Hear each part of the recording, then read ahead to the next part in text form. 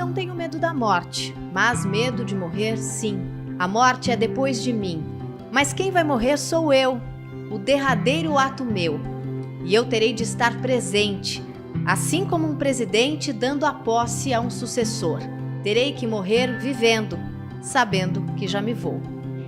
Esse é um trecho da letra Não Tenho Medo da Morte, do Gilberto Gil. O assunto morte é um tabu, a gente quase não fala dela e quando fala é meio que se desculpando por tocar assim um assunto tão chato. Bate na madeira, vamos falar de outra coisa. Mas a morte é uma certeza, uma das poucas que temos, aliás. E foi só quando a jornalista Ana Michele Soares foi lembrada que a morte, sim, existe e está sempre à espreita, que ela abraçou a vida de um jeito mais feliz e intenso. Ana Mi, como é carinhosamente chamada, descobriu um câncer de mama aos 27 anos. Fez mastectomia, quimioterapia. E em 2015, os exames mostraram que a doença atingia também seu fígado. Era a temida metástase. E o seu prontuário registrava em letras miúdas que a cura não era mais possível. O tratamento agora era paliativo. Desesperar? Jamais. O momento era de viver intensamente, sem deixar nada para trás ou para depois. Hoje eu faço tudo que eu tenho vontade, eu não tenho muito filtro, assim, porque a vida é o que tá acontecendo agora, né? Então eu não perco muito meu tempo. Samir Salman é um médico paliativista, ou seja, um profissional dedicado aos pacientes que sofrem de doenças incuráveis. Seu objetivo principal é garantir que os homens e as mulheres que estão sob seus cuidados tenham uma morte digna, sem procedimentos desnecessários e, principalmente, sem sentir dor. Como é que médicos que fazem esse tipo de tratamento paliativo, eles olham para a dor desse paciente? Um bom médico paliativista, ele não pode aceitar que o paciente dele sinta a dor biológica, né? É obrigatório que o paciente não tenha dor. Então, requer muita técnica, conhecimento para fazer cuidados paliativos, porque não adianta eu resolver o problema da dor e dopá-lo. Então, a questão da dor ela é tão grave, porque o tratamento da dor ele é relativamente barato, mas há um sentimento de preconceito contra a morfina, eu não posso deixar ele com dor. A morte é inexorável, mas por que morrer com tanta dor? A jornalista Juliana Dantas é uma militante dos cuidados paliativos. Perdeu a avó e o pai, que sofriam de doenças incuráveis, em um intervalo de pouco mais de um mês. Mas como os dois estavam sob os cuidados de médicos paliativistas, não foram entubados ou sedados, e puderam conviver com a família até os últimos momentos de sua vida. Muitas vezes, por notícias trágicas ou por perdas próximas, a gente tem a sensação de que a vida é muito frágil. Eu tive a sensação inversa, porque as pessoas são muito resistentes. Era um sábado, ela foi morrer numa segunda, absolutamente debilitada, com o rim parado, dormindo a maior parte do dia, e ela ficou lá 2 dias sem respiração artificial. E aí a nossa primeira sensação foi, mas meu Deus, vai tirar isso, ela vai se debater, coisas que eu nunca soube na minha vida, que eram possíveis de administrar. Eles têm métodos, técnicas de reduzir. E aí vem toda a palavra pallium, de manto, né? Que é eles acolherem, jogarem esse manto sobre uma pessoa que está precisando de cuidados. Não há o que se possa fazer, mas a gente tem que dar qualidade de vida e conforto. Irrita com Rita Lizauskas. Sou Ana Michele, todo mundo me chama de Ana Mi. Eu tenho 36 anos, eu sou jornalista. No momento aposentada por causa de um câncer de mama metastático. Como foi ouvir do seu médico que você ia fazer um tratamento que era paliativo? Eu não ouvi do meu médico. Existe um bloqueio até na medicina de falar sobre essa palavra, paliativo. Então os médicos eles dão uma ocultada nessa informação e eu vi isso no meu prontuário. Então aí tava lá, né, proposta do tratamento. Aí o X estava em paliativo. Eu tinha aquela ideia equivocada de que paliativo era terminal. Era algo que só tinha a ver com terminalidade. E eu saí da clínica arrasada, pegando o trânsito na 23. E aí eu cheguei em casa, enfim, falei com uma amiga minha de luta, que me acompanhou bastante tempo da doença. Ela falou, mas é terminal mesmo, né? Eu, pois é, então tô te contando neste momento que nós somos pacientes terminais. Então devemos vender tudo e ir para o Caribe. Como assim paliativo estava sendo direcionado a mim? E naquela mesma noite, eu tinha uma balada pra ir. Como assim paliativo é terminal?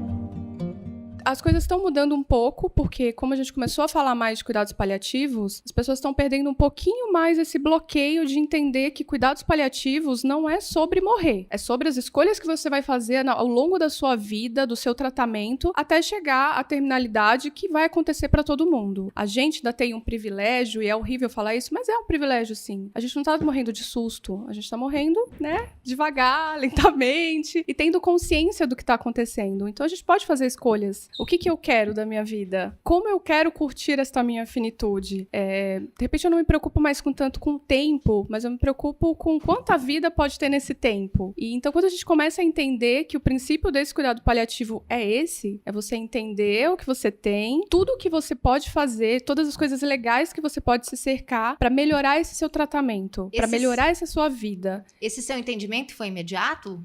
Não, foi... Como é que foi esse processo? Eu comecei a pesquisar, mas porque eu achei provocativa essa palavra, né? De eu não me ver daquela forma, daquele imaginário popular do paliativo, do terminal na cama, no hospital. Então eu fui pesquisar mesmo, eu fui ler e tentar entender o que estava acontecendo. E aí eu vi, né, ok, o meu tratamento é paliativo porque ele não visa a cura. Então essa é a coisa número 1 que eu aprendi. E foi ótimo aprender isso, porque quando a gente para com aquela ilusão, principalmente o paciente oncológico, ele tem uma ilusão, e eu acho que o médico acaba contribuindo com isso, de que quanto mais quimioterapia ele fizer, mais perto da cura ele vai estar. E não é assim que funciona, né? Então todo mundo acha meio esquisito que eu paro quimioterapia às vezes. Eu paro porque eu quero ficar bem. Eu paro porque eu quero viajar. Eu paro porque eu tenho condição de, às vezes, dar uma folga pro meu organismo. Eu não tenho aquela ilusão de que se eu ficar fazendo quimioterapia loucamente, eu vou ficar curada. Então, a gente aprende a fazer escolhas. Para mim, entender os cuidados paliativos, entender que meu tratamento era paliativo, foi muito importante.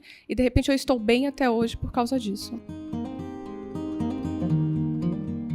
Quando foi que você decidiu dividir as suas coisas, os seus aprendizados, os seus insights sobre o câncer em um blog e depois num perfil no Instagram? Quando é que foi que você decidiu tornar isso público? Desde o diagnóstico do câncer primário, eu já escrevia num blog. Eu sempre tive blog, né? Por ser jornalista, a gente gosta das coisas de escrever e tudo mais. E aí eu já dividia a questão do câncer. Quando eu descobri a metástase, comecei a falar também sobre metástase. Quando veio a história do paliativo, como eu achei essa palavra muito doida, assim, né, dirigida a mim, e eu comecei a pesquisar muito sobre o assunto, e eu vi o tanto que as pessoas eram ignorantes em relação a isso, e eu vi o quanto que as pessoas sofriam em hospital, porque o familiar não queria nem ouvir falar da equipe de cuidados paliativos. E essa morte, ela pode ser bonita ou não, ela pode ter dor ou não, ela pode ser bacana, né, dentro ali daquele... né, contexto de uma coisa óbvia que acontece, ou não.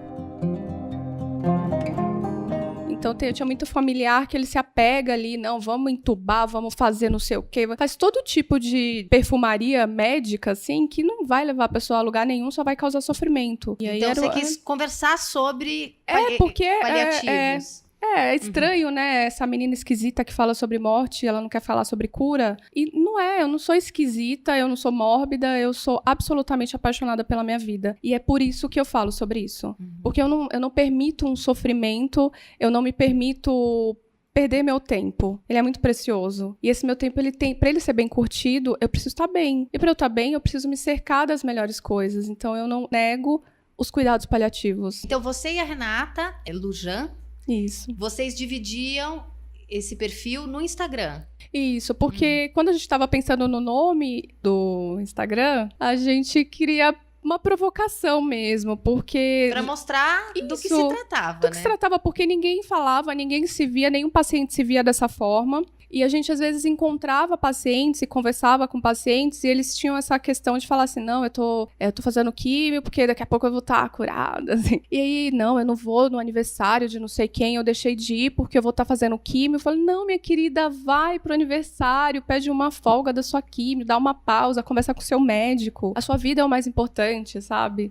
Então, a gente queria falar mais por causa disso, porque a gente sempre conseguiu viver apesar né? Apesar da doença, ela nunca foi protagonista. E a gente queria que as pessoas parassem de tratar como protagonista dessa conversa toda o câncer. Não precisa ser assim. A gente tem várias outras coisas pra fazer. E daí nasceu o @paliativas. Porque a gente queria provocar mesmo, assim, né? Mas no começo a gente recebia umas mensagens desaforadas, assim. Dizendo o quê? que era estranho. Eu falava assim, ai meninas, deixa de bobeira, vocês daqui a pouco serão curadas. Então as pessoas, elas têm um apego muito grande a essa palavra, cura, e, poxa, eu me sinto curada vivendo bem. Eu não preciso de um papel me falando isso, sabe? Eu também não vou viver de coisas que não fazem sentido eu viver hoje. Hoje eu faço um tratamento, eu faço uma quimioterapia, eu faço várias outras abordagens terapêuticas. Essa é a minha vida, eu não tenho outra. Então eu não vou ficar desejando uma coisa que não vai acontecer nesse momento. Em algum momento o médico falou isso pra você, com todas as letras? Ou você descobriu que essa cura não ia acontecer porque você foi ler muito sobre o assunto? Isso, eu fui ler muito. E aí já bem descoladinha já da conversa, aí eu falei, né? Não, doutora, eu tô ligada já. E justamente porque eu tô ligada já, a gente vai fazer uma pausa aí dessa químio aí. Porque eu sei que independente do tempo que eu for ficar tratando, isso não vai me curar, mas fazer químio demais pode me matar, inclusive, mais cedo. Então eu quero uma folga pra viajar. E ele Aí disse a história começou com esse negócio de viajar mesmo, assim, né? Aí ele falou, vamos dar um jeito aqui. Então, a gente sempre... Eu vou ali em parceria com ele. Ele pede os exames antes ou depois, ou a gente vê como tá. A gente faz uma folga sempre com responsabilidade, né? Também não é uma coisa aleatória que eu paro de fazer químio porque eu tô afim. Então, ele vai falar, não, dá pra gente ficar 21 dias. Dá pra gente pular um ciclo. Então, a gente vê como tá a doença, vê quanto tempo eu consigo ficar sem e vou fazer o que eu tenho vontade de fazer. E qual que é a importância de você ter esse controle sobre o seu tratamento, poder fazer pausas e poder fazer coisas que você deseja fazer? Aí eu tiro o protagonismo da doença. Acho que isso, pra mim, é o mais importante. Mas que tem funcionado para muita gente, para elas entenderem que a missão delas aqui é ficar bem. Como elas vão ficar bem? O que elas podem fazer para ficar bem? Elas precisam ficar lá sendo derretidas numa quimioterapia? Ou elas podem virar pro médico e falar assim, tem uma outra opção? Porque você só tá olhando pra doença. Você não tá olhando se eu tô bem, se eu tô feliz, o que eu posso fazer pra de repente ficar melhor, psicologicamente falando. E às vezes a pessoa pode escolher. Ela pode escolher, de repente não faz mais sentido pra ela aquilo. De repente ela quer ter 6 meses incríveis. Eu faço tudo que eu tenho vontade, eu não tenho muito filtro, assim, porque a vida é o que tá acontecendo agora, né? Então eu não perco muito meu tempo. Eu sei o que eu tenho, ele não precisa falar fofinho comigo, ele tá sempre tocando a real comigo de, olha, agora o bicho pegou aqui. Isso aconteceu no começo do ano passado, ele falou, agora ficou difícil aqui, né? A gente vai ter que correr atrás. Então eu tive que voltar pra uma quimioterapia mais faca na caveira mesmo ali, né? Aquela mais hard. E ok. Então foi uma conversa que ele falou, você entende que a gente precisa voltar? Entendo. Então vamos lá. Aí eu fui até onde eu aguentei, falei, eu preciso de folga pra ressignificar isso aqui. Aí, ok, tive a folga, voltei, meu exame deu que tava funcionando, aquela medicação, vamos continuar até onde dá. Aí continuei até onde deu, parou, estabilizou o meu PET-CT, né? Eu fiquei com o PET zerado. Vamos parar então. Então a gente parou e ele fica tentando fazer outras abordagens que me proporcionem qualidade de vida. Você é muito consciente da sua doença e se coloca dessa forma nas redes sociais, mas eu imagino que tenha momentos que você fique mais frágil. Você demonstra sua fragilidade também ou você se recolhe? Eu demonstro, assim, às vezes eu até posto, porque senão as pessoas acabam achando que eu vivo num mundo de poliana e negação, né? E não é verdade. Me faz até sofrer sem tanta burocracia, sabe? Então, hoje, por exemplo, eu tava falando com as minhas amigas de luta que hoje eu chorei de manhã, porque eu tive que agendar o meu PET-CT. E aí eu falei pra elas, assim, ai, tava tão bom viver na ignorância. Então a gente PET é o momento que você faz ali o scan pra ver... Total, pra saber como tá. E eu tô vindo de uma medicação nova, eu comecei uma medicação nova, e é uma medicação dos sonhos, porque por mais que ela tenha muitos efeitos colaterais, ela proporciona uma qualidade de vida muito melhor do que a quimioterapia na veia. Eu posso tomar em casa, né, o remédio, não tem tanto efeito colateral assim, nada, não debilita como debilita a outra químio, não cai o cabelo. Então tem umas coisas que são mais legais dessas químios mais modernas, né, que é a terapia-alvo, né, que eles chamam. Aí vem aquele frio na barriga, né, de... eu Qual vai ser quero o próximo passo? quero tanto que esteja funcionando, porque daí essa é a medicação que eu vou ficar por tempo indeterminado, porque eu uso as medicações até que elas falhem. Uhum. Quando elas falham ou quando eu atinjo uma toxicidade máxima, aí meu médico tem que trocar de medicamento, né? E essa medicação tá muito legal. Então eu queria continuar. E quando você agenda o PET, você sabe que você vai lá, né, do vamos ver. Só ouvir verdades, né? Aí você fala, pô, o que vai vir agora, né? Porque, imagina, meus ciclos, eles são determinados por um papel, né? O que vem escrito lá naquele papel? Eu tô em progressão, eu tô em remissão, tá estável. O Então, que eu vou fazer agora? Então, quando fica difícil, você fala que tá difícil. Falo. Uhum. Eu falo porque eu me permito. Acho que acho que tem que ter dignidade até pra você sofrer, sabe? Eu nunca permiti até que as pessoas me cobrassem uma felicidade que eu não tô sentindo e nem uma tristeza que eu não tô sentindo. Acho que tem muito essa coisa do câncer, né? De você sempre achar que a pessoa tem que estar muito mal numa cama ou com uma aparência muito abalada, assim, e eu não sou assim a maior parte do tempo. Então eu não gosto que me cobrem tristeza e nem que me cobrem felicidade. Eu só tô aqui e é desse jeito aqui, lidem com isso. Quais outras trocas acontecem pelo Instagram? As pessoas que te procuram, que te mandam mensagem, são pessoas que estão passando por um diagnóstico de câncer? São familiares? Quem são essas pessoas? É muito doido, porque no começo a gente recebia mais de paciente ali, a gente tinha um universo mais ali de pacientes, a maioria de câncer de mama mesmo, que eram as meninas que acabavam tendo ali a identificação com a história e tal, e queria conversar mais assim, que medicação você tá fazendo, que legal, poxa, eu queria falar com o meu médico sobre essa questão de vez em quando dar uma folguinha, né, ou que legal, você faz reiki, pra que serve? Então era mais ali a curiosidade em relação ao nosso tratamento. Mas aí, como a gente foi falando muito de tratamento paliativo e as matérias, né, que foram acontecendo, tudo, hoje eu falo muito mais com pessoas saudáveis. Então é um número muito grande.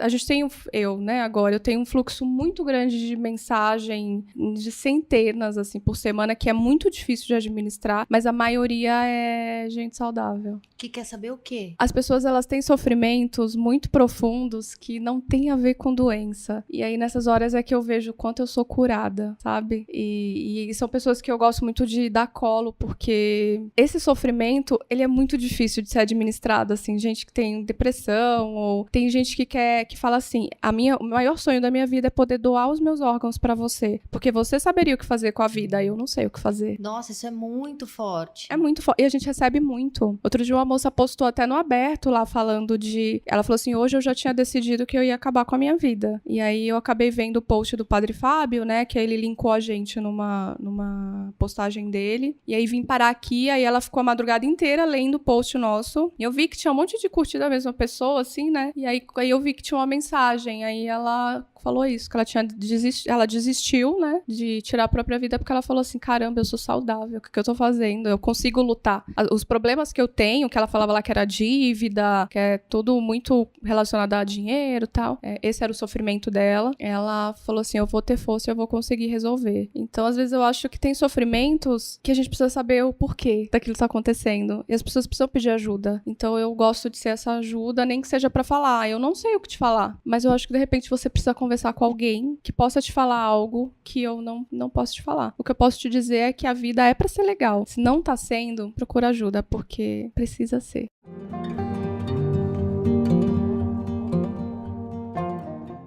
Agora a gente falou da Renata várias vezes, durante a entrevista, que dividia esse perfil do Paliativas com você. Ela também tinha câncer de mama metastático, né? A Renata faleceu quando? Agosto do ano passado. Em agosto do ano passado. E a Renata tinha feito um bucket list, né? Que é uma lista de desejos para serem cumpridos antes de morrer. Você participou desse momento com ela, né? Foi. Como é que foi que surgiu essa ideia? Vocês falavam muito claramente sobre a doença e daquele jeito que só as amigas conseguem fazer, sim, né? Como é que foi a sim. ideia de fazer uma lista de desejos? Tem um filme, né, chamado Antes de Partir, que fala que tem a bucket list. E aí eu infernizava a Renata pra ela assistir, né, o filme, e ela falava, eu odeio o filme que esse povo de câncer, porque sempre matam a pessoa no final, tô afim não. Ela ficava não querendo ver o filme. Eu falava, amiga, mas é uma reflexão boa, é de bucket list. Mas assim, mentalmente a gente fazia essa bucket list, porque isso acabava permeando as nossas conversas, assim, né, o que é importante importante pra você? O que tá faltando? A gente não queria morrer com arrependimento. Ela não queria morrer com arrependimento e eu não quero morrer com arrependimentos. E aí a gente leu aquela lista lá de 5 principais arrependimentos antes de morrer. Aí a gente queria corrigir todos aqueles 5, né? E a gente foi corrigindo um por um, assim, né? De a questão de trabalhar, trabalhei demais. Então, vamos ressignificar isso aqui, né? O que é importante, o que foi, o que não foi. Eu queria falar para as pessoas mais abertamente que amava. Eu queria ter falado, caramba, a gente agora é esparramada de sentimento, assim, sem filtro e não tem problema nenhum, né? As pessoas burocratizam muito o sentimento, né? De, não posso falar. Porque se a pessoa vai pensar que, meu Deus, eu estou, tipo, fala, né? Daqui a pouco acaba e você não falou. Então, a gente queria corrigir aquilo, primeiramente, e aí depois a gente queria realizar coisas novas. E daí vocês viajaram, Não, várias né? coisas. A gente viajou mesmo, literalmente. Literalmente. E ela tinha um sonho de ir pra Noronha, tá? Então ela já foi bem debilitada, ela tava já numa das últimas... foi a última viagem dela, efetivamente, ela queria ir com o marido, era o sonho dela de infância. E aí mas a gente nunca colocava no papel, e aquilo ficava na minha cabeça, né? Eu falava, a gente tem que botar isso no papel. Lista que é lista. Tem que estar. Eu sou jornalista, eu gosto ali, ó, escrito, né? Daí a gente vai ticando, feito. Aí, quando ela tava, né, já nessa última internação, eu entendia a gente já tinha consciência do que estava acontecendo, né, já tinha tido aquela conversa com a médica, ela já tinha parado de fazer os tratamentos convencionais, estava só em cuidados paliativos mesmo. Aí, um dia eu fui dormir lá e eu já fui com essa ideia, né, de colocar no papel, porque eu queria saber o que estava incomodando aquela criatura de Deus ali, sabe? Uhum. Porque a gente se preparou tanto para aquilo, mas estava acontecendo. O que faltava? Eu queria saber, eu queria aquilo num papel, não pra postar, mas pra gente entender o que faltava e pra eu correr atrás daquilo. Então, eu queria que a minha amiga fosse absolutamente feliz naquele tempo que ela tinha. E o feliz, quando você tá morrendo, são coisas muito fáceis. O que tinha na bucket Por list exemplo, da Renata? ela colocou lá, tipo, comer o estrogonofe da Elaine. A Elaine era uma amiga dela. E todo mundo pensa assim, nossa, deve ser o melhor estrogonofe do mundo, né? E não, a Elaine não sabe fazer estrogonofe. Mas aquilo pra elas era uma piada delas. Uhum. Então ela queria provocar a amiga daquele jeito, sabe? Da amiga, tipo... Faz o seu estrogonofe horrível aí pra mim. Faz isso, assim. Então era uma piada delas. E essa bucket list da Renata, quando a gente tava ali no exercício de fazer, a gente queria que as pessoas que importavam se vissem naquela lista, né? Porque é isso que fica. Porque a gente vai embora, mas quem fica aqui... E é um jeito da pessoa que vai embora mostrar que, olha, você era importante pra mim. Você era importante. Ela queria me ver rindo disso tudo em Paris. Mas isso é uma história muito complexa, assim, né? Eu já cheguei numa situação de câncer, assim, muito, muito complicada mesmo, de tratamento. Eu tava com 8 centímetros de tumor no meu fígado e tava difícil. E eu achei que eu não ia chegar no final do ano, assim, né? Isso ano passado, começo do ano passado. E aí um dia ela falou pra mim, amiga, escreve aí, você ainda vai rir disso tudo. Aí eu falei, só se for em Paris, né, amiga? Porque se é pra rir, vai ter que estar sendo em Paris, quando sou obrigada a rir aqui em São Paulo, né? Aí ela falou, você vai rir em Paris. E você foi rir em Paris. Aí, quando a gente tava fazendo a lista, ela falou, eu quero que você vá rir disso tudo em Paris. Tipo, inclusive do luto dela, sabe? Uhum. E você foi pra Paris. Eu fui. Depois que a Renata partiu. Foi. Aí eu consegui ali um intervalo, né, na minha quimioterapia, com absoluta compreensão dos médicos, e eu falei, eu vou. Eu não sei como, eu não sei com que dinheiro, eu não sei que eu vou. E aí, quando você tem muita vontade que algo aconteça, tudo aparece na sua frente. Assim. Tinha outras coisas na lista que foram muito legais, as coisas aconteceram. E pra Renata foi importante porque eu acho que ela viveu mais até por causa disso. Porque isso deu motivação, assim, né? Ela tinha muita vontade de ir pra Cunha, que é uma cidade aqui perto, e ela sempre adiou essa ida pra Cunha. A gente fez uma logística muito louca lá no hospital, os médicos... O pessoal de cuidados paliativos conseguiram mandar a Renata pra Cunha pra ela realizar aquele desejo. Então, assim, foi uma lista que movimentou um monte de sentimento. Eu lembro que eu fiquei muito emocionada quando eu vi a lista e vi que ela queria a visita, ela queria a extrema-unção do padre Fábio de Mello. Foi. E como é que foi? Quando eu vi o vídeo do padre Fábio de Mello no hospital com a Renata, eu falei, meu Deus, olha que coisa poderosa muito doido, essa assim, lista. foi. Como é que foi que ele E aí, pra você ver como bons sentimentos movimentam, sei lá, o universo, a vida. Eu não sei explicar, e pra mim hoje é algo que me emociona muito ainda de falar, porque... Quando eu coloquei aquele item na lista, que eu perguntei pra ela, falei assim, Rê, quem que você quer que te dê a extrema-unção? Aí ela ficou assim, pensando, né? Ela, tipo, putz, não conheço nenhum padre legal, né? Amiga, por favor, né? Padre Fábio de Mello é nosso número, né? Ele é bem humorado, um gato e tal. Então, assim, foi uma brincadeira ali com uma verdade, Claro. mas que eu nunca imaginei que pudesse acontecer. Mas a gente colocou, não sei te explicar até hoje, pra mim é coisa de Deus mesmo.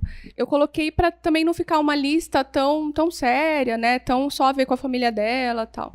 Não marquei o Padre Fábio, porque não era o meu objetivo, eu não queria chamar a Forçar atenção de uma situação, famoso, uhum. sabe? Tipo, não tinha esse objetivo de chamar a atenção de famoso, porque, eu nunca me propus a isso no meu Instagram e nem ela. Mas a gente colocou lá, era um item que parecia muito impossível. Aí, de repente, o marido de uma amiga nossa, que já tinha tocado com ele, era muito amigo de uma freira que tá sempre com ele, aí mandou as fotos pra essa irmã, aí a irmã falou com o Padre Fábio respondeu, eu posso tentar ir, mas eu não tenho ido muito pra São Paulo, e quando eu vou eu tô sempre na correria. Me fala o número do quarto e o nome da pessoa. Aí eu fui, falei, mas na hora eu pensei, né? Falei, tá.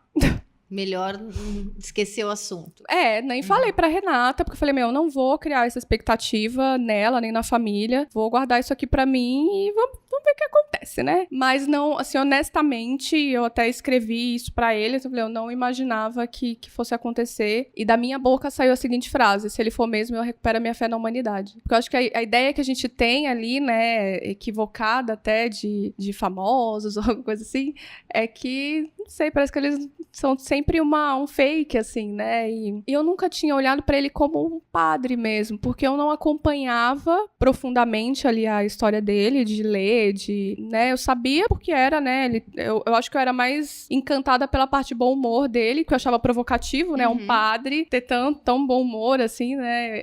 Eu gostava das piadas dele e eu acabava acompanhando ele por causa disso. Mas eu nunca tinha pensado nele na parte espiritual, né? E foi essa parte que foi incrível, porque foi essa parte que foi lá visitar a Renata, sem avisar, sem holofote, sem nada. De repente ele apareceu no hospital. Ele foi como um padre, como um servo, como alguém que ouviu um chamado espiritual mesmo. E foi incrível, foi incrível. Ele não foi lá por publicidade, não foi lá por nada, ele foi lá porque ele conta, né? Ele conta que ele sentiu. Ele desembarcou em São Paulo e ele sentiu, ele lembrou da história, ele falou, vai pro Oswaldo Cruz. Mas aquela dor que ela tava sentindo, do tá presa naquelas quatro paredes, ela começou a questionar Deus, sabe? De por que eu não vou embora? Apenas. Por que eu tenho que passar por tudo isso? E aquilo estava me dando uma angústia muito grande, porque é triste você desistir e ainda sem fé, sabe? E não combinava com a Rê, porque a Rê, ela é resiliente, ela era lutadora, era incrível, tinha uma absoluta fé na vida, em Deus, nas pessoas, num sobrenatural, ou que tinha alguma coisa muito legal depois daqui. E ela não tava mais com aquele espírito. E ele ter aparecido lá, ela fala pra ele, né? Eu desisti de desistir. Então foi incrível, porque ela morreu do jeito que a gente esperava que ela morresse, tendo fé. E acho que essa foi a coisa mais incrível que aconteceu. Você seguiu com a bucklist da Rê, né? Eu segui o que tinha a ver comigo porque ela pediu, né? Ela falou... Isso, na verdade,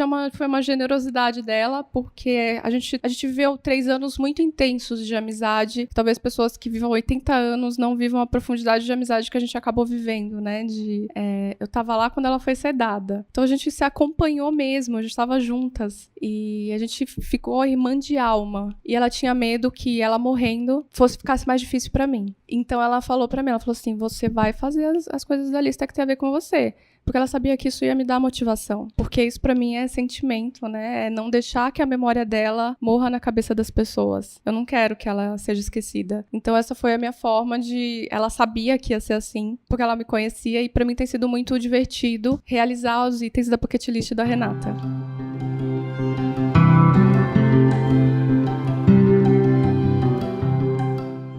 Olá, meu nome é Juliana Conquidantas, eu sou jornalista, sou locutora, filha de 2 jornalistas, um deles, Audálio Dantas, meu pai, que faleceu no ano passado, ainda bem sob cuidados paliativos, e 3 meses antes dele, a minha avó, Olga.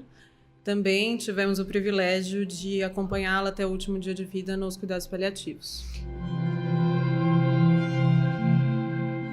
Minha avó e meu pai tinham idades muito parecidas, né? Porque minha avó era 1 ano mais velha que meu pai, minha avó materna. Então eu tinha 2 velhinhos dentro de casa. Só que a minha avó, uma velhinha muito típica, uma vozinha, né? Que ficava em casa assistindo TV e tal. E meu pai sempre muito ativo, muito produtivo, não queria parar. Inclusive, o que mais deixava ele bravo com a doença é que ela impedia ele de continuar realizando projetos. Enfim, e aí num dado momento a minha avó precisou de cuidados paliativos. Ela tinha que doença? Ela teve um câncer de mama que 12, 15 anos depois virou uma metástase óssea. E aí isso foi acarretando em problemas ao longo dos anos, né? Porque não é um órgão que você tira, né?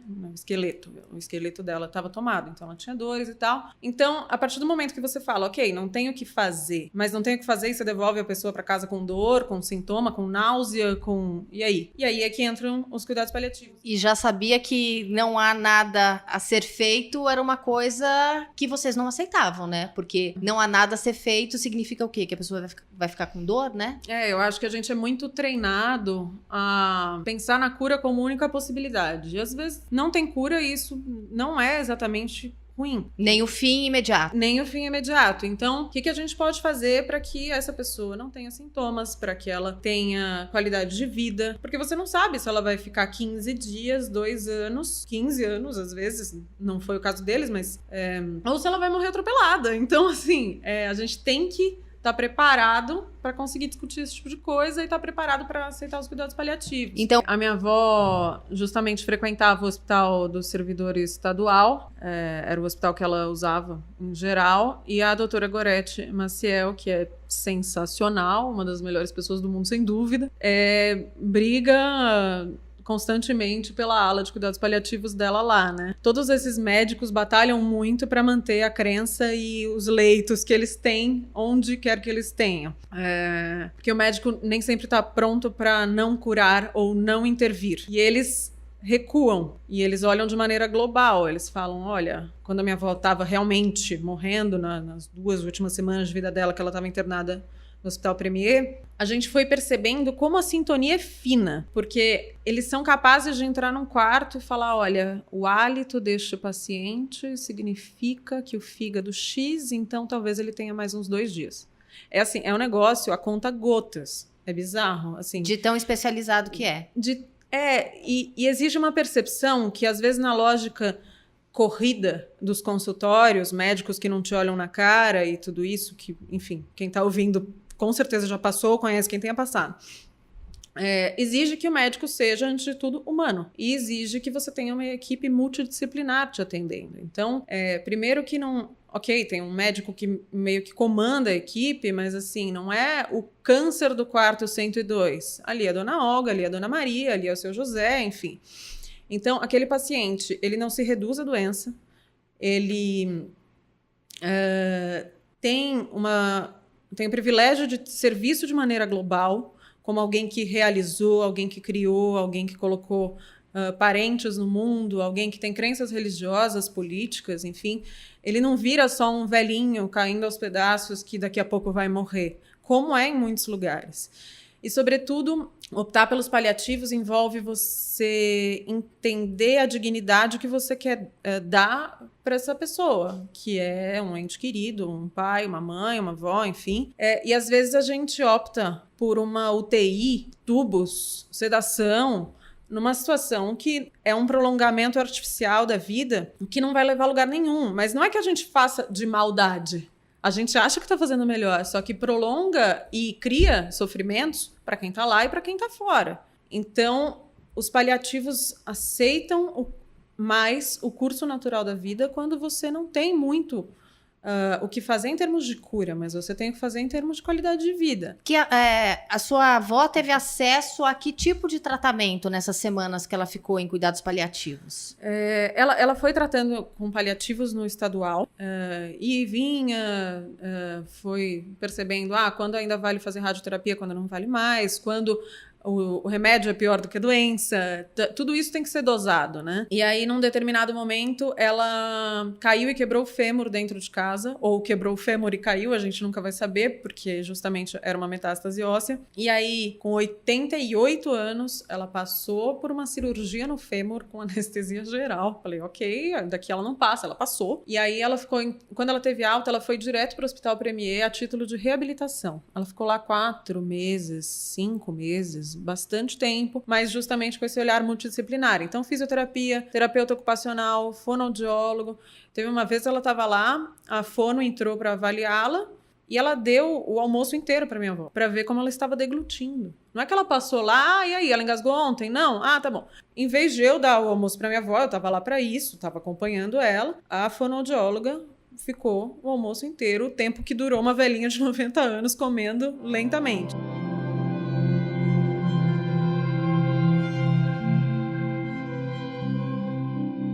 Rotina muito pesada, né? E a vida lá fora continua e você acaba gerando uma ansiedade de uma coisa que você sabe que vai acontecer, mas não sabe quando. Mas ao mesmo tempo você tem o conforto de saber que você tá dando o máximo de dignidade que é possível dar para aquela pessoa que você ama. Então isso é uma tranquilidade que eu vou morrer com ela, assim, né? De você não ter ficado em dúvida. Será que? E se? Ter perdido contato com a pessoa no último mês de vida dela porque ela estava entubada e sedada a título de nada. Em relação à dor, como é que o tratamento paliativo lida com a dor? Essa é uma parte muito interessante, assim, que eu fui capaz de perceber mais com a minha avó até do que com meu pai, mas eles têm essa sintonia fina que eu falei, eles têm uma capacidade de dosagem muito particular, né? Então, é uma morfina a conta-gotas com uma bombinha, não chega lá alguém enfia uma injeção de morfina, ou enfim, é um negócio a conta-gotas mesmo. E mesmo com a proximidade que eu já tinha com os cuidados paliativos, eu ia me surpreendendo todos os dias, porque eles tinham uma condição de mapear o que estava acontecendo, que, enfim, é um negócio de bruxaria, sabe? Você tem que ser muito humano e ter muita atenção e muito estudo, muita capacitação ali para lidar com aquilo. Então, por exemplo, quando a minha avó estava de fato morrendo, teve, vamos supor, ela morreu numa segunda-feira, inclusive faz um ano essa semana que ela morreu.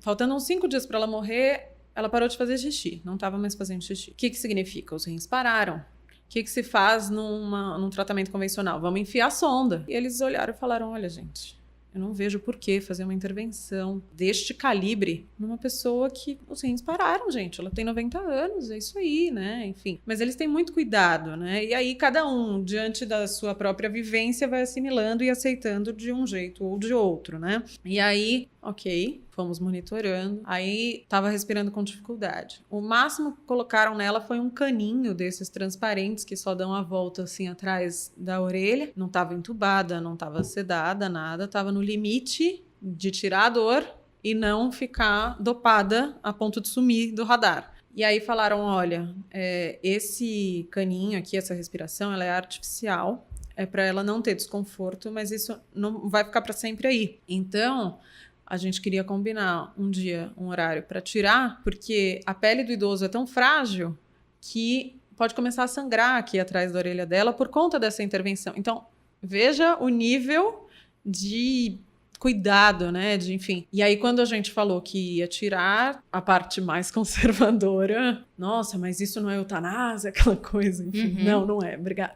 Mas tem esse preconceito que eu acho que vem muito da desinformação, né? E do conservadorismo também, né? Porque Mas tudo era conversado, tudo era com a conversado, família. Mas em termos do lado de cá do balcão, sempre tem, né, um estranhamento de um lado ou muita aceitação de outro, cada um lida de um jeito.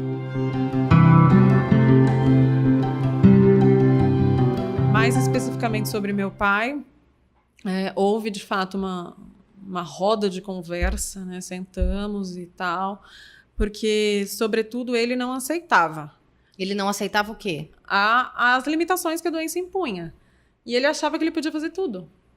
Ele achava que ele ia continuar dando palestra, ia escrever mais um livro, ele negou a doença, negou, porque ele sempre foi uma pessoa produtiva. Como é que foi que ele participou dessa decisão de que o caso dele não tinha cura e que ele ia para os cuidados paliativos? Ele não é exatamente uma decisão, porque toda vez que tocavam mais fundo com ele na questão da terminalidade, ele desconversava ou mudava de assunto ou falava, não, mas é que dia tal eu tenho uma viagem, então vamos negociar. Ele estava sempre dobrando os médicos para conseguir fazer alguma coisa, para ir dar uma palestra, para ir viajar. Ele tinha que doença? Ele teve descoberto um câncer de intestino, que foi retirado em 2015 e ele morreu em 2018.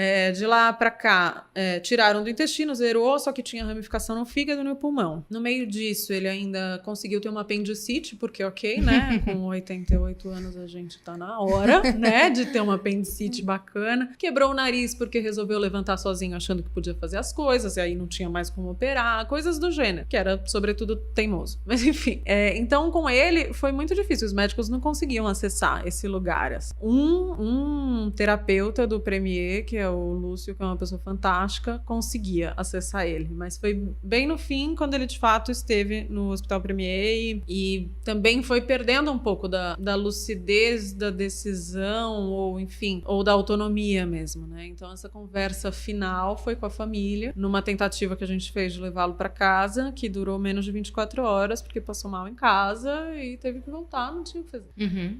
E aí essa dificuldade de aceitação dele também gerava uma dificuldade de acreditar da família, sabe? Sempre parecia que não era agora que imagina, porque não era uma pessoa com envelhecimento natural. Então foram duas mortes muito diferentes, embora de pessoas de idades muito próximas, mas com personalidades muito diferentes. E aí que eu acho que o paliativo é legal também, porque ele guarda a proporção dessas personalidades, né? Em muitos hospitais, muitos profissionais de saúde infantilizam o idoso. Quando meu pai internava para fazer quimioterapia num outro hospital, muitas vezes chegava a enfermeira, seu Aldalinho, me dá o dedinho, e tipo, ela saía, ele xingava.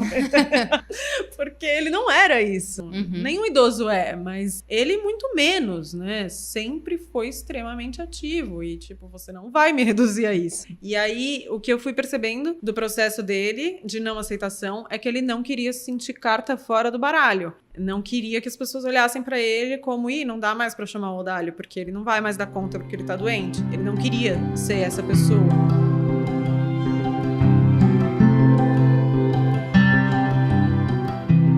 Muitas vezes, por notícias trágicas ou por perdas próximas, alguém atravessou a rua, alguém morreu de infarto e tal, a gente tem a sensação de que a vida é muito frágil. E nessas duas oportunidades eu tive a sensação inversa, de que a vida não é tão frágil quanto a gente imagina, porque as pessoas são muito resistentes. Então, a minha avó, quando tiraram o caninho de oxigênio, era um sábado, ela foi morrer numa segunda, com 90 anos, absolutamente debilitada, com o rim parado, com metástase óssea, quase dormindo a maior parte do dia, e ela ficou lá 2 dias sem respiração artificial. E aí a nossa primeira sensação foi, mas meu Deus, vai tirar isso, ela vai se debater de falta de ar, e agora? Não, eles dosam com morfina no sangue a percepção de que não há falta de ar. Enfim, eu não sei explicar tecnicamente isso, mas coisas que eu nunca soube na minha vida que eram possíveis de administrar, eles têm métodos, técnicas de reduzir, de aliviar, enfim. E aí vem toda a palavra pallium, de manto, né? Que é eles acolherem, jogarem esse manto sobre uma pessoa que está precisando de cuidados até que ela se sinta confortável, ponto. Não há o que se possa fazer, mas a gente tem que dar qualidade de vida e conforto. É por aí, assim.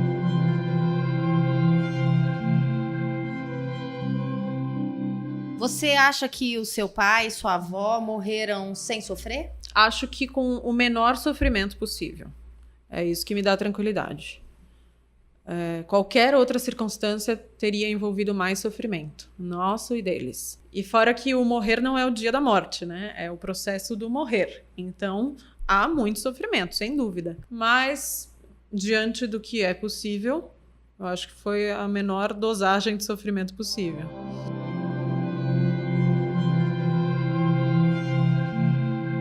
Não há situação fácil, né? Não é legal, você não quer estar ali, você começa a ter uma ansiedade pra uma coisa que não é boa. Então, os dias que eu passava no hospital com meu pai e com a minha avó, eu às vezes achava que era questão de horas, de dias, e eu ficava ansiosa pra acontecer. E não que eu queria que eles morressem, mas eu queria que aquele sofrimento acabasse. E era o sofrimento deles ou era o seu? Os dois. Uhum. E, assim, tem o meu... E tem o meu lidando com as outras pessoas que lidam de jeitos diferentes de mim. Então, há uma interação ali que cada um lida de um jeito, cada um tá no momento. pessoal e com a pessoa que tá partindo. Então, assim, são muitas variáveis. Então, obviamente, é uma situação muito, muito complicada. Mas ela seria mais complicada se fosse de outro jeito. Se fosse numa UTI, que você pode visitar a pessoa das 3 às 4 da tarde, se fosse entubado, se fosse sedado, se fosse cheio de intervenções. Ah, não, vamos abrir de novo para ver se a gente consegue tirar o câncer desse fígado. Não, não vai tirar. São essas decisões, né, que você tem que ir dosando, mas que na hora, obviamente, não são fáceis, mas que eu tinha muita convicção de estar na mão de paliativista. Então, eu, minha mãe, enfim.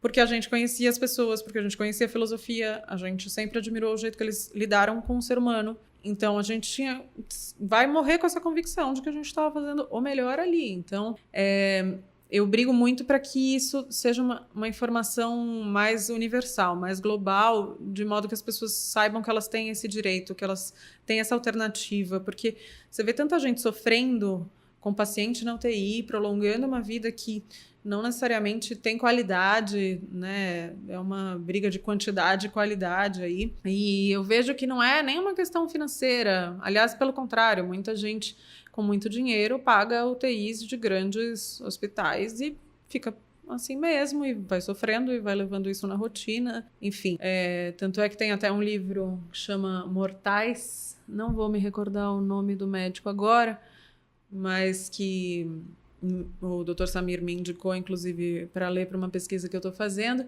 Mas uma das coisas que ele diz é que nos Estados Unidos quem morre com dignidade é quem tem menos dinheiro, porque faz menos intervenções. Então, a gente tem que repensar essa lógica, né, de intervenção, de limite, do quão invasivo você é com a pessoa, de respeito a escolhas do paciente, da família, e de ter essa balancinha de prós e contras com mais clareza na mesa das pessoas, sabe? Porque como tem essa lógica muito mercantilista, as intervenções custam mais caro e são mais feitas. Então, enfim. Vocês tinham muita consciência de que esse era um caminho que vocês queriam trilhar, mas em algum momento vocês foram julgados por, entre aspas, desistir de buscar uma cura, por exemplo, para o seu pai? É engraçada essa palavra, eu adoro ela. Desistir. Algumas pessoas chegaram a falar isso para o meu pai, alguns amigos dele, assim, não, Audálio, não desiste e tal. Só que, obviamente, a pessoa está querendo recomendar o melhor, sem dúvida, mas existe uma hora que a perspectiva da palavra insistência, das palavras insistência e desistência mudam de prisma. Então, o que é insistir? Insistir num tratamento que vai te matar e que vai te fazer sofrer mais? Quer dizer, você morre pelo tratamento? Então, ele não é um tratamento, ele é pior do que a doença. Então, o que é insistir? Então, se você desiste do convencional, quando você desiste de alguma coisa, você opta por outra. Qual é essa outra? Uma abordagem mais global, mais multidisciplinar, mais dosada. Eu, obviamente, não faço uma cruzada contra a medicina convencional, não é isso. Ela, obviamente, serve em muitos casos, mas nesse nicho específico da terminalidade da vida, que já é um sofrimento surreal para quem é paciente, para quem está no entorno, para toda a rede e tal, a gente tem que ter a clareza das opções que a gente tem na mesa e tem que ter a clareza de que não adianta você falar, não tem mais jeito, e devolve essa pessoa para casa e ela que lide com isso. Inclusive, existem pessoas que não são terminais, mas são crônicas, de doenças diversas. E aí você devolve essa pessoa para casa morrendo de dor, vomitando de assim, de não. Qual é o propósito disso, né? Então, a gente tem que olhar para a medicina convencional, tem que melhorar a medicina convencional e tem que abrir o espectro. Porque senão, todo esse sofrimento, que é inevitável, porque a gente sempre perde pessoas queridas, um dia ou outro, mais dia, menos dia, a gente tem que conseguir ter acesso a coisas que minimizem todo tipo de dor, seja ela física, mental, espiritual, enfim. Vocês tinham muita consciência de que esse era um caminho que vocês queriam trilhar, mas em algum momento vocês foram julgados por, entre aspas, desistir de buscar uma cura, por exemplo, para o seu pai? É engraçada essa palavra, eu adoro ela. Desistir. Algumas pessoas chegaram a falar isso para o meu pai, alguns amigos dele, assim, não, Audálio, não desiste e tal. Só que, obviamente, a pessoa está querendo recomendar o melhor, sem dúvida, mas existe uma hora que a perspectiva da palavra insistência, das palavras insistência e desistência mudam de prisma. Então, o que é insistir? Insistir num tratamento que vai te matar e que vai te fazer sofrer mais? Quer dizer, você morre pelo tratamento? Então, ele não é um tratamento, ele é pior do que a doença. Então, o que é insistir? Então, se você desiste do convencional, quando você desiste de alguma coisa, você opta por outra. Qual é essa outra? Uma abordagem mais global, mais multidisciplinar, mais dosada. Eu, obviamente, não faço uma cruzada contra a medicina convencional, não é isso. Ela, obviamente, serve em muitos casos, mas nesse nicho específico da terminalidade da vida, que já é um sofrimento surreal para quem é paciente, para quem está no entorno, para toda a rede e tal, a gente tem que ter a clareza das opções que a gente tem na mesa e tem que ter a clareza de que não adianta você falar, não tem mais jeito e devolve essa pessoa para casa e ela que lide com isso.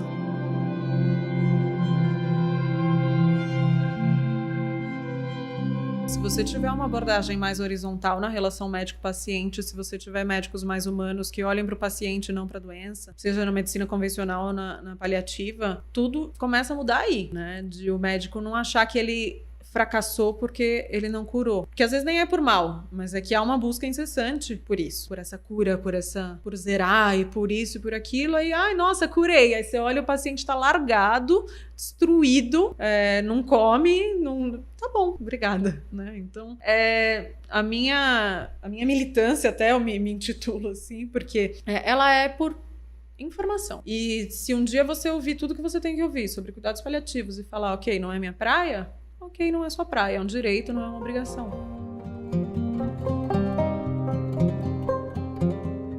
Meu nome é Samir Salman, sou diretor superintendente do Hospital Premier, um hospital pioneiro em cuidados paliativos no Brasil. Doutor, o que é o cuidado paliativo? O que é um paciente que está sob cuidados paliativos?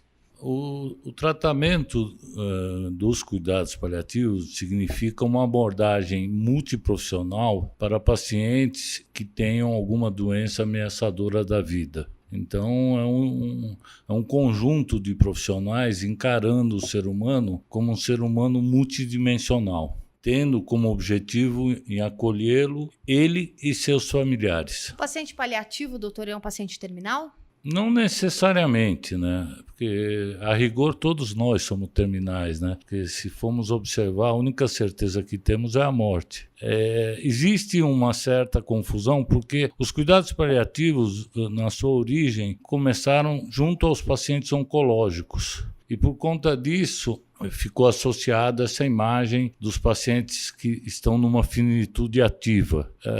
Mas, de 2002 para cá, por conta do aumento das doenças neurodegenerativas, ou seja, por conta de doenças como Parkinson, Alzheimer, que são doenças tão incuráveis quanto o câncer, mas que têm um tempo muito longo de sobrevida. Então, tem pacientes que estão com Parkinson, podem levar de 15 a 20 anos. Você não pode chamar um paciente desse terminal. Então, o conceito de cuidado paliativo se ampliou na década, a partir do ano de 2002, no sentido que qualquer doença não incurável tem que ter uma abordagem multiprofissional, né? Isso significa, na prática, o quê? Você deixa de fazer quais procedimentos e oferece quais outros procedimentos em substituição? A ideia é que o cuidados paliativos ele vem a somar, ele não exclui nenhum tratamento curativo. Então, nós temos que desmistificar essa onda onde os cuidados paliativos estão ligados aos pacientes somente em finitude ativa. Você tem o cuidado paliativo trazendo o ser humano como um ser humano, além dele ser um ser humano biológico, que todos nós somos seres espirituais, seres sociais. Então, o cuidado paliativo ele se soma a todos os esforços e a principal característica é manter o paciente protagonista da sua história. Eu acho que, por exemplo, eu vou te dar um exemplo que pode gerar algum tipo de dúvida. Você tem um paciente com Alzheimer, ele já está sem contato social há mais de um ano. Aí esse paciente tem uma intercorrência clínica, ele vai para um pronto-socorro. A pergunta a ser feita é: a família deseja manter esse paciente vivo? Porque a medicina hoje tem recursos tecnológicos para manter esse paciente vivo. Ou seja, pode traqueostomizá-lo, fazê-lo respirar artificialmente, pode colocar uma gastrostomia, fazê-lo se alimentar artificialmente. Então, a discussão que a gente tem é que se siga a natureza da vida, quer dizer, a morte faz parte da vida. Então, tem alguns momentos específicos onde o familiar, ele pode antecipadamente ter decidido, o paciente, no caso, ter decidido que tipo de morte ele quer, se ele quer ter essas intervenções e sobreviver a qualquer custo, ou pode seguir o processo natural e morrer. Isso ele decide em vida, ele deixa avisado para a família? Qual que é o caminho legal para o paciente, como esse do exemplo que o senhor deu? Ele decide em vida. Uhum. Ele decide em vida e caso ele não tenha uma decisão por escrito, alguém da família, que é o representante legal dele, vai responder por ele, vai manifestar qual era a vontade dele. Eu imagino que muita gente confunda esse tipo de abordagem com eutanásia, por exemplo. Quais são as diferenças de você não prolongar o sofrimento de uma eutanásia? Perfeito. A sua pergunta é muito importante. O cuidado paliativo, ele não apressa e nem adia a morte. Ele respeita a natureza da vida. Então, a eutanásia é um processo ativo de morte. Eu intervenho e apresso a sua morte. O cuidado paliativo não tem nada a ver com isso. Os pacientes são cuidados até o último minuto de vida com dignidade. A grande questão que deixa esse assunto muito polêmico é a questão da morte. Nós não lidamos com a morte. Nenhum de nós tem o hábito de refletir sobre a morte. Eu imagino que se os seres humanos tivessem o conceito da morte mais presente nas suas decisões cotidianas, nós seríamos menos vorazes, menos ambiciosos, quem sabe até melhores enquanto seres humanos, porque a gente acumula como se fosse viver não sei quantos anos. É um processo muito difícil, né? Então, é um assunto que envolve a emoção, né? Porque você imagina, as pessoas estão para perder um pai. De repente, nesse momento, querem resgatar o que já é irresgatável, não tem mais o que resgatar, a vida já passou. E é natural que esse sentimento de remorso se apodere da gente. Por quê? Porque é um sentimento humano. Qualquer um de nós vai perder alguém importante, vai vir um sentimento de remorso. Pô, eu poderia ter tido uma vida diferente, mas não tem jeito. Imagine você aqui em São Paulo, a dificuldade que as pessoas têm de se ver. Quer dizer, você tem... Então, às vezes, um filho, ele não consegue ver, tem a vida cotidiana dele, suas obrigações, não consegue dar conta de cuidar dos seus pais como ele imaginaria, como ele gostaria de cuidar. Então, é um processo muito complexo, porque envolve questões religiosas, envolve questões de foro íntimo das pessoas, remorsos. Quer dizer, esse momento da despedida sempre é um momento muito difícil. O que a Organização Mundial de Saúde recomenda é cuidar do paciente e seus familiares. Na maioria das vezes, nós temos que cuidar mais dos familiares do que do paciente. Como é que eles chegam lá? Eles chegam, assim, desesperados, em lidar com uma certeza, que é a morte, e chegam angustiados, com remorso, com sentimento que poderiam ter feito diferente, ter vivido diferente.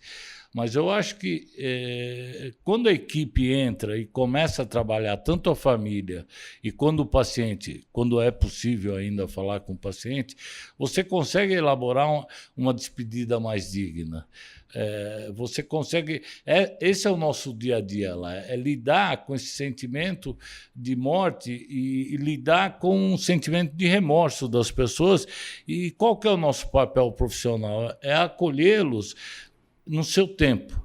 Eu acho que todo mundo tem um tempo de luto obrigatoriamente, ninguém pode reagir da mesma forma. Nós temos que fugir dessa forma padronizada de reação. Tem pessoas que reagem de uma maneira muito intensa à morte e se desesperam. Tem outras que já aceitam mais naturalmente. Então, para nós também é um aprendizado constante. Porque nós, profissionais de saúde, por incrível que pareça, também temos que lidar com a nossa própria finitude. Eu cuidei da minha mãe, por exemplo, no hospital. E ela me ensinou que, às vezes, a gente adquire um discurso meio duro com a família. Oh, você não está vendo que a pessoa está morrendo? E quando o processo foi com a minha mãe estava morrendo, mas eu não aceitava. Como médico, com todas as evidências ali, eu não aceitava. Até que ela me puxou pelo braço e me cochichou no ouvido. Vocês vão me matar quantas vezes para eu poder morrer? Quer dizer, ela já estava cansada das intervenções que estavam sendo tentadas e ela estava satisfeita em ter vivido o que viveu. Porque ninguém mais que o paciente, quando ele está consciente, sabe que as forças dele estão se exaurindo. A máquina vai parando, a pessoa vai percebendo que já não tem funcionalidade, já não tem força. O paciente sabe, por isso que a gente recomenda que, na medida que o paciente está consciente, que a família não faça a conspiração do silêncio. As coisas têm que ser discutidas às claras, porque às vezes as famílias se iludem e não querem discutir na frente do paciente que ele está morrendo. E ele já está emagrecido, sofrendo, ele sabe que vai morrer.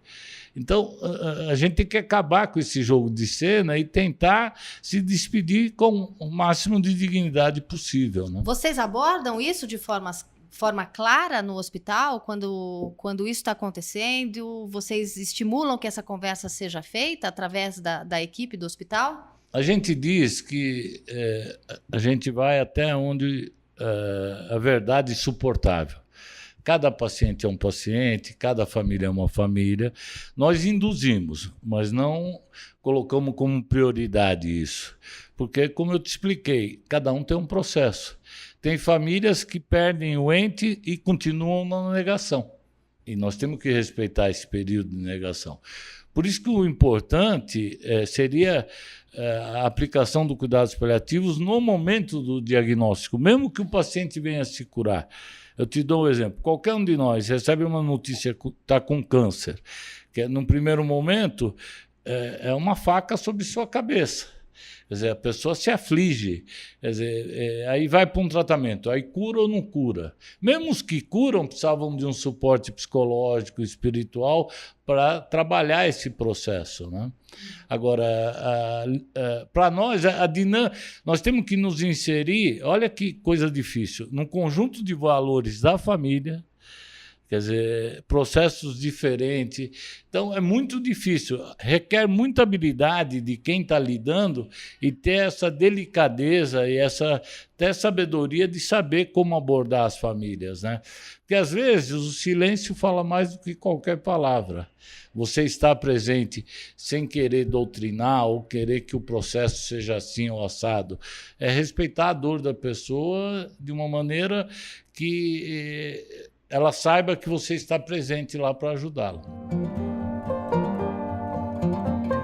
As escolas de medicina, as faculdades de medicina, elas ensinam o médico a lidar com a morte ou os médicos são ensinados a lidarem apenas com a doença? Você está mexendo numa caixa de marimbondos, né?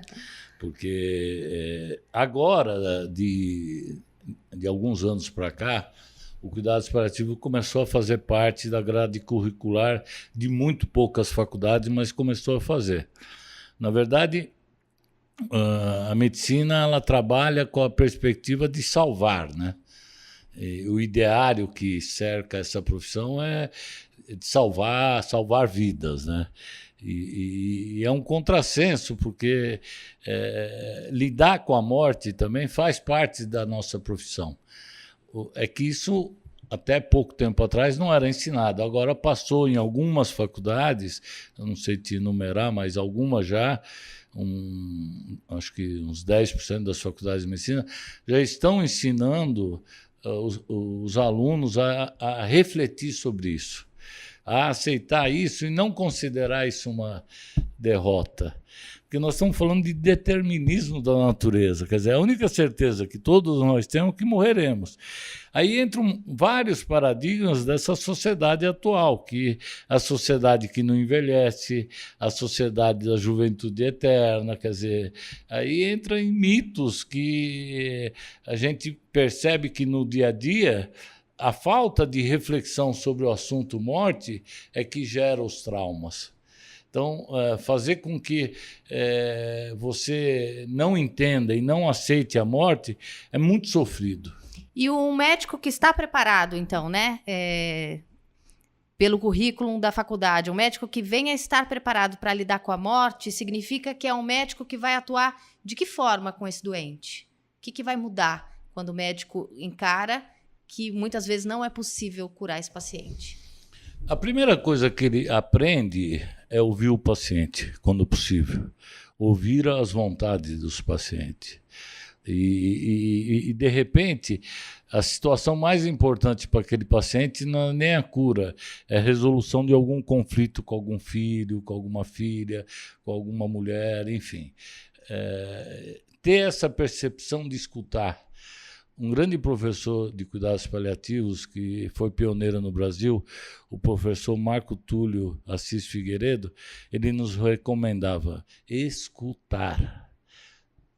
Escutar de verdade, quer dizer, perceber quais são as vontades do paciente e trabalhar com ele com a máxima honestidade em relação às perspectivas e probabilidades. Não jogar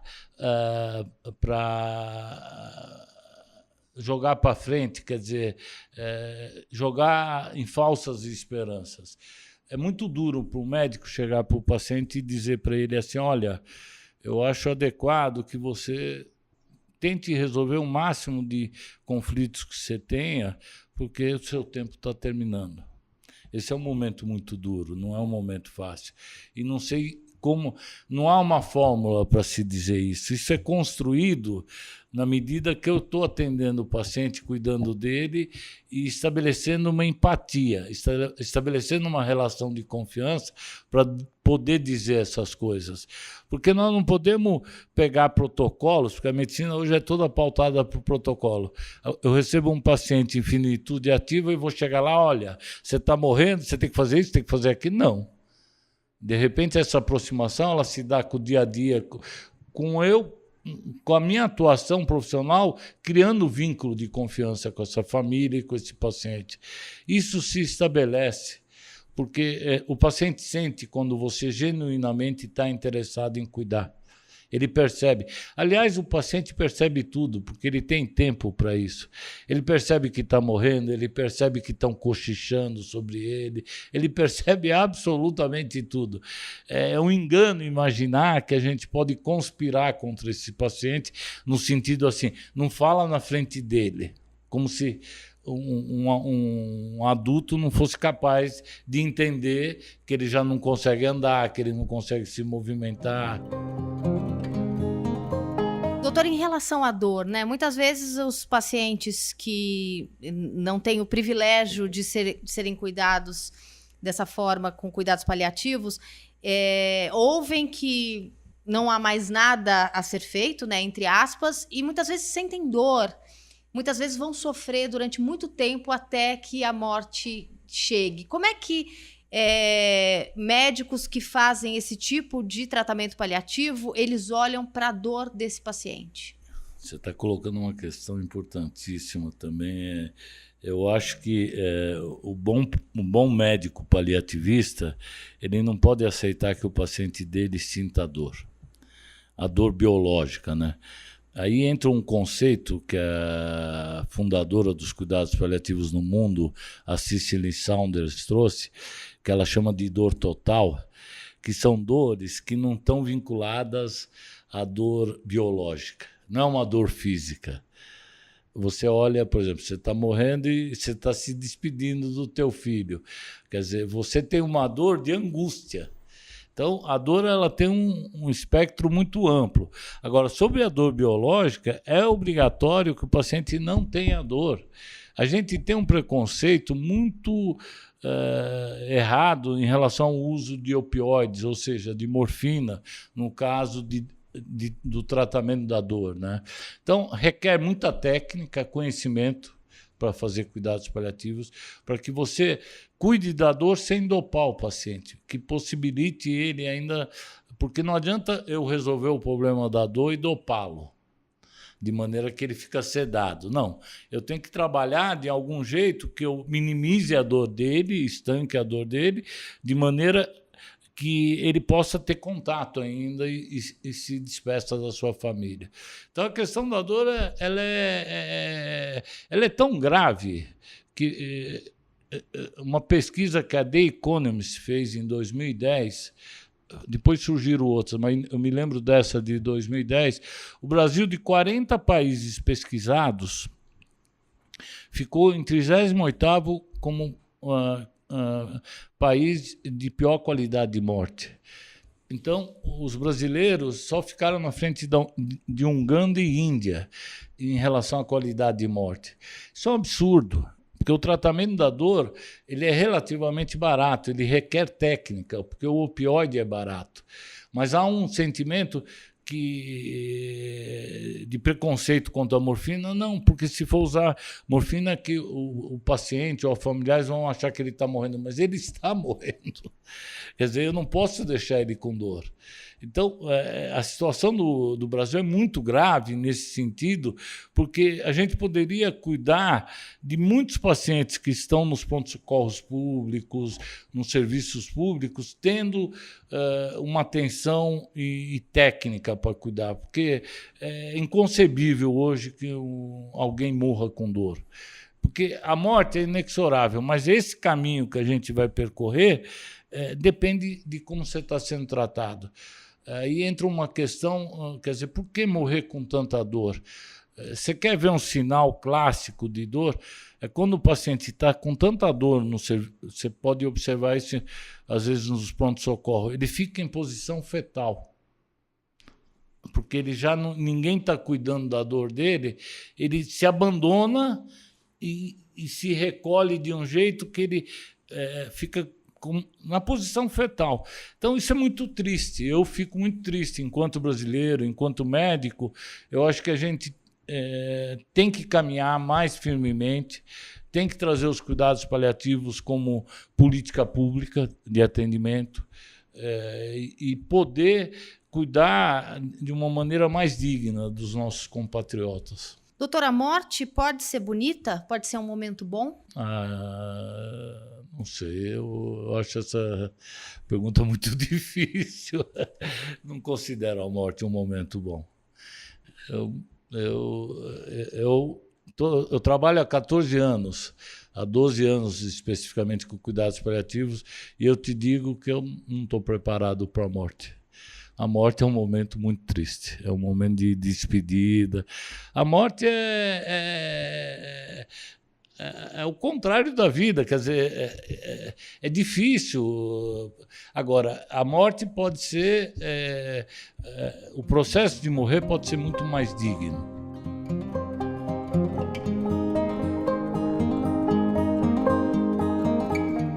Eu sei que a despedida é triste. Não há, por mais que a gente cuide, por mais dignidade que a gente aplique, não há como você deixar de ficar triste na despedida de alguém, de algum ente querido, né? Imagina, você vai se despedir do teu pai, da tua mãe, do teu avô, da tua mulher, enfim. É um processo. Agora, eu acho que é fundamental o papel da sociedade colocar esse assunto em pauta, sabe? A gente tem que entender que há um tempo de viver, há um tempo de nascer e há um tempo de morrer.